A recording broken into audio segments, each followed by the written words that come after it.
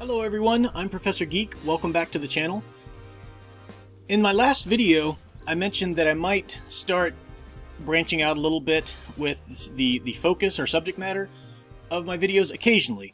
Still talking about mythology, but I might talk about, for example, I mentioned in the last video, certain celebrities that have kind of taken on a mythic hero status in our society. And I'm going to do something a little similar with this video here. It's something I tried to do before actually, but I just wanted to take a brief moment and explain why, I would do that. For those new to the channel, and I did get a lot of new subscribers quite recently, I am actually a professor. I'm a writing and literature professor.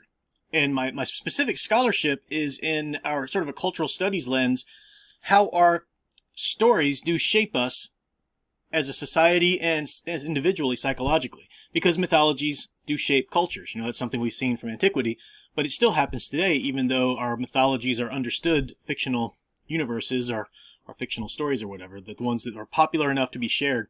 So that's what my channel's always been about. Comic books, Star Wars, movies, or whatever, focusing on certain popular modern mythologies. And I'm still going to continue that, still going to continue talking about that.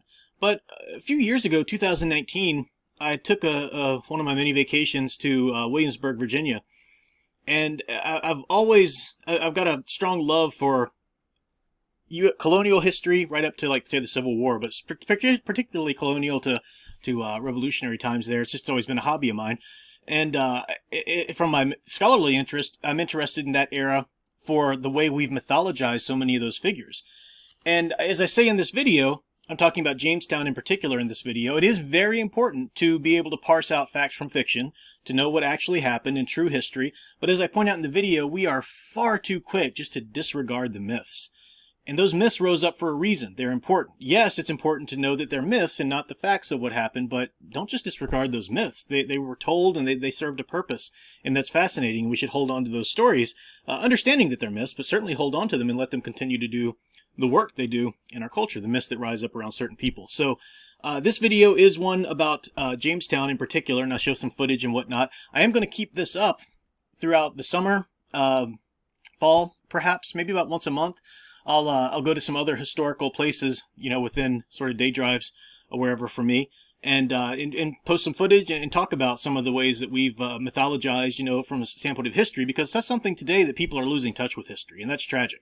We need to certainly keep touch with the historical facts, but we also need to keep touch with those historical legends and whatnot, and the myths of it. That's something that we should very much be in touch with, because they shaped our country. Even if you aren't happy with it and want to change it, you still have to understand where it came from. So it's pretty vitally important. So yeah, that's what this video is about. I'm going to represent it, this old one that I had that I'd taken down some time ago anyway. There is one point in the video where I break in and give a little clarification about, I'm talking about religion at some point, and I wanted to clarify, so that'll be me, from here, 2022, stepping in to clarify that, just as audio. You'll still continue to see the footage.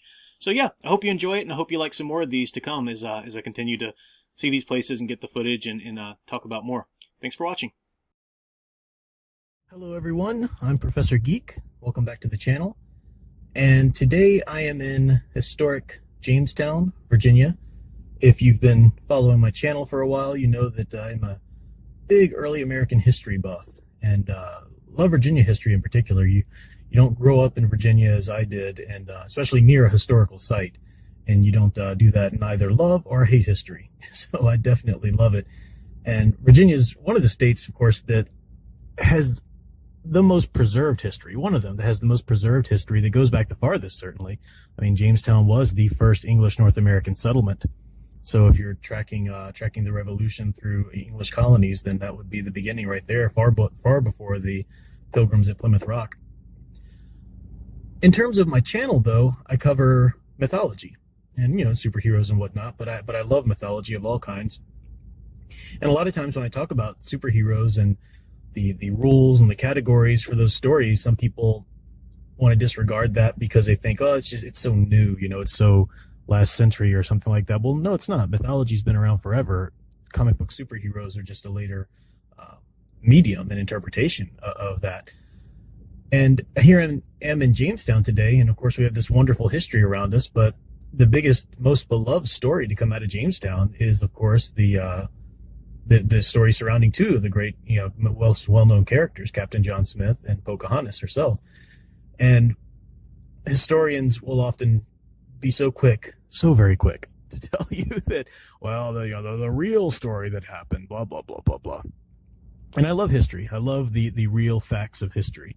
And I think it's very important to be able to separate the true facts of history from the folk tales and stories and mythologies that kind of have cropped up around it. It's very important. But far too often, the stories are disregarded in preference for the history. And I think that's a real mistake. I think something truly is lost there when that happens. You take the story of Captain Smith and Pocahontas. You've got this amazing swashbuckling hero. He's done all these things with the Turkish Empire over in Britain. He's been handed a coat of arms. He's been imprisoned over there and escaped and had all this history already. Now he blazes the trail across the Atlantic Ocean to get to the New World, to forge out a new colony for the British Empire.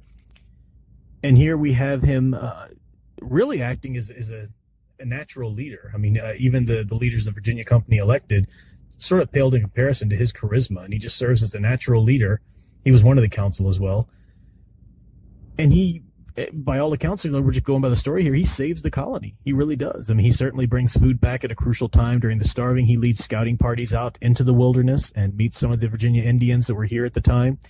He certainly meets Powhatan, Chief Powhatan, and he gets himself in some trouble with Chief Powhatan. He's captured and about to be executed. But this angelic, otherworldly beauty, just ephemeral angel of the feminine steps in and saves him. And the story goes because she falls in love with him. That is a brilliant story. I mean, a brilliant story. Now, we know the actual historical facts aren't quite like that. We know Pocahontas was far too young, actually, to probably have had any sort of romantic feelings for or endeavors with Captain John Smith. He does claim that she saved him, but he claimed a lot. we find out more of the history of John Smith, and we know that he's perhaps not the most upstanding individual as he would have his progeny believe he was or whatnot. But still, so what? It's good to know that. It's good not to think or not to be duped into thinking that the story and the myth is the true fact. But don't let go of that myth. It's a beautiful myth. I'm walking around here today and I'm looking at the statues of them and standing in the places where they stood, and it's a glorious myth. I love this statue of Pocahontas here and the statue of Captain John Smith, no more than a little ways away. And there's a religious, almost religious significance to them. I mean, if you look at, I'm Catholic, I'm used to looking at images of the Virgin Mary, and look at this pose here of Pocahontas with the hands out. It's almost like, beckoning the children of America to come to her or something, like she's just like a founding figure here or something. And then we know that her story in real life was tragic, of course. She was kidnapped and then apparently did fall in love with John Ralph, but, that was one of her captors, so draw what you will from that. Is taken back to England after having a child with him and then dies shortly after, probably because of some of the diseases there. So, but forget all that. Forget all of that for a second and just get lost in this wonderful story and this wonderful image. So just to break in here and clarify, I am talking a lot about religions, and I'm talking about specific religions and beliefs in it, but I'm doing that to draw a greater conclusion for how our society, even if you're not religious, our society that you live in is certainly shaped by different belief systems and whatnot. So I'll use terms like divine feminine, but even that's kind of a misnomer, because I'll say, as a Catholic, and I'm talking about the divine feminine, we don't actually believe that Mary was divine per se, God or anything like that, but I'm just talking about from a mythological standpoint that the divine feminine archetype, whether she's actually a god or not, just there's an archetype of that. So that's what I'm talking about when I mention that. And when I'm talking about specific Catholic versus Protestant views or whatever, again, that's just all to draw a greater mythological conclusion. The human psyche is so drawn to the mother figures, to the divine mother, somehow, some way. Now, no matter how you conceive of that or believe in it, if you're a Catholic like me and believe in the Virgin Mary and in her place, or if you think that's rubbish and whatever, that's one of the things that growing up as a Protestant that was a kind of a gap in that belief, is there was no belief in the feminine and the divine feminine of any kind of form. So you have a lot of Protestants, for example, that really believe in mother country, God and country, you'll hear them say. The British Empire, when King Henry separated from the Catholic Church, they did away with the Virgin Mary. For a time there, they were trying to do away with that, and sure enough, soon enough, when Elizabeth comes to the throne, Queen Elizabeth becomes their virgin queen, right? So she is, that's why Virginia, the state of Virginia I'm in right now, is named Virginia after the virgin Queen Elizabeth I. And Britain ever since has needed its mummy. It always thrives better under a queen since then. That's just human nature. A lot of ancient mythologies long before Christianity, of course, always have sort of a divine mother or something like that. So you take that truth, and then you come and look at this statue of Pocahontas and see how we've kind of given that human psyche need, or human truth, however you conceive of it or believe in it, given that a face here. And I think it's a beautiful thing. No, it's not the real history, and it's not meant to be disrespectful to the real people or the things that they went through. Understand and learn that. But this is a beautiful thing that's going on here. I love it. And Captain John Smith, look at this heroic stance of John Smith. I mean, he's the conqueror. He's the hero. He's the one calling us to be like him and to go out and do the right thing. One of his greatest quotes from his, the most quotable line that's usually on all the merchandise here. Of course, he wrote a lot about his travels, but he who does not work shall not eat. Well, that's right from Genesis even, but of course it was very appropriate to their time here in Jamestown, and it's very appropriate to the American work ethic, and that's part of the fabric of the American culture and the American experience. The possibility of socially upward mobility, and the work hard to achieve your dreams and that kind of thing. So it's all here, and you can. It greatly annoys me, because the nihilists are the people so desperate to be seen as intellectual and so quick to condescend. They hear just a hint of this, just a hint of the romanticized versions of this stuff. Well, that's not really how it was, and these are usually young people too, trying to desperately achieve some sort of credit in the world. But they're really just making themselves look quite silly for not understanding the need for both of those, the need for the fact and the desperate human need for the story. So that's all I've got here for today in Jamestown today. I will try and drop a few more of these videos while I'm on this trip or from the trip or whatever. I'm having a blast. But thank you all for watching. Thanks for subscribing to the channel, clicking the thumbs up. I appreciate that.